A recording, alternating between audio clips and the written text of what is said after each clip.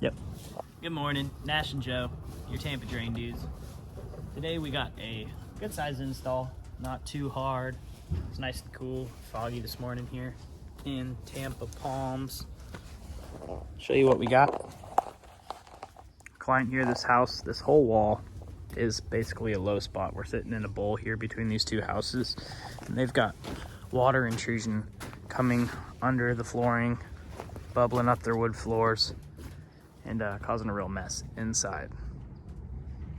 Likely what that is, water sitting here, gets underneath the foundation or any cracks in the bottom of the stucco here, gets through the house, and there's the problem.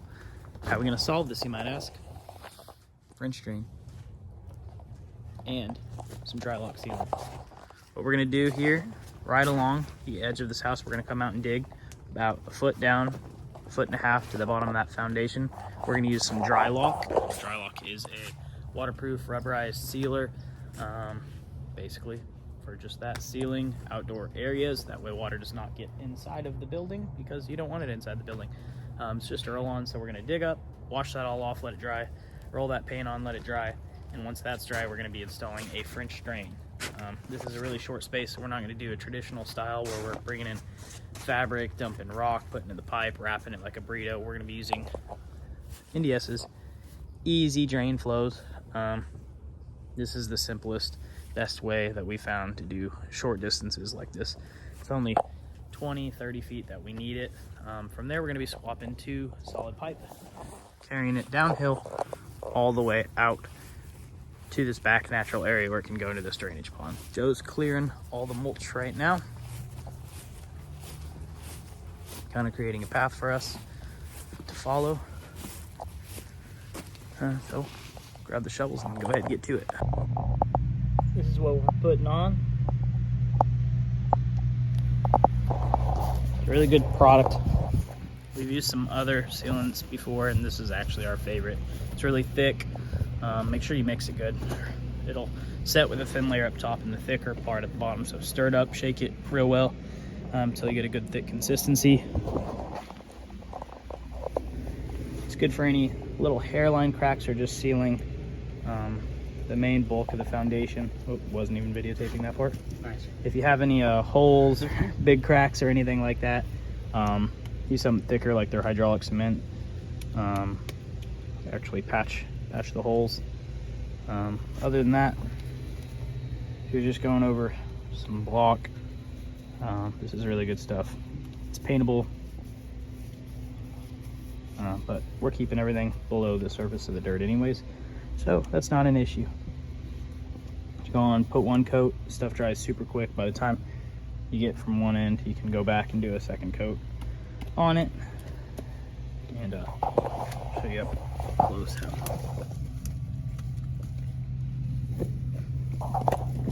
Not really sure what I'm showing actually, but you know, that's it. Whatever it is, it's there. No more open joints. And yeah, Brandon's trenching out the sod. So once we get this pipe buried, we can just swap to solid and run it, backfill it, and go have a happy Thanksgiving.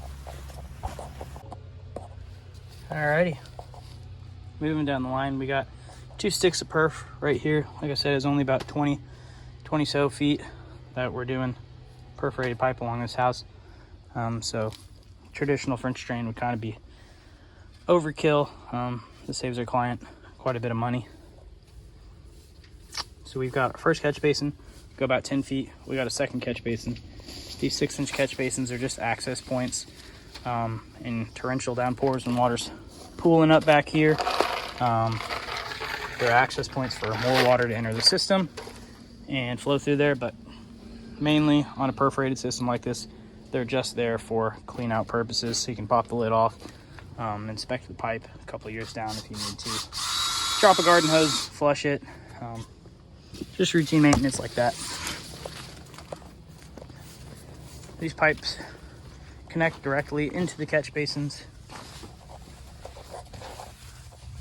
They just pop right in. We tap them with a screw. You can use tape if there's a ton of roots. I think all these roots are actually from, they're palm roots, so there must have been some palms in here before. They were all pretty much dried up and dead. So we yeeted those out of the ground and making our way down. We'll use probably half a stick of perforated right here just for this last little bit of feet. Then we'll go to solid 4-inch pipe for the rest of that drain. A little bit past where Brandon is, you can see that black pop-up emitter. Might be sooner, might be further, just depends how deep we're going to need to keep good slope.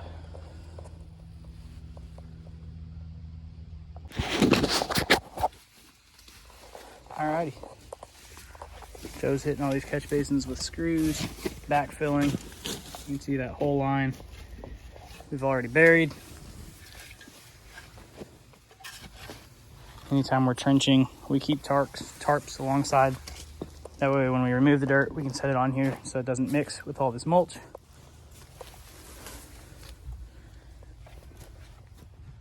See back here, we've got all of the dirt back on, compacted down. We also graded it a little bit with some excess dirt away from the house. But if any water does seep down into that soft soil, it gets into our system, fills that void, carries on down this line. We hug along here. Right about here is where we switch to solid pipe without any kind of perforations on it, which carries through here. See, it's the same kind of pipe, corrugated pipe, 4-inch, just without the slits in it, so we don't need to wrap it, put any fabric around it. And this will come all the way downhill until we can get a low enough point where that water can come out of a pop-up emitter, which I'll show you when we get to that point and get a little more trenched. All right, this is where the drain ends at. Comes down here to a 4-inch pop-up emitter. All this is a 90-degree turn with a special lid on it. This lid floats up whenever water's coming out. Helps with erosion control. At the bottom of that 90 is also a slit, so if there's not a ton of water here to come out the top, it will slowly dissipate through the soil below it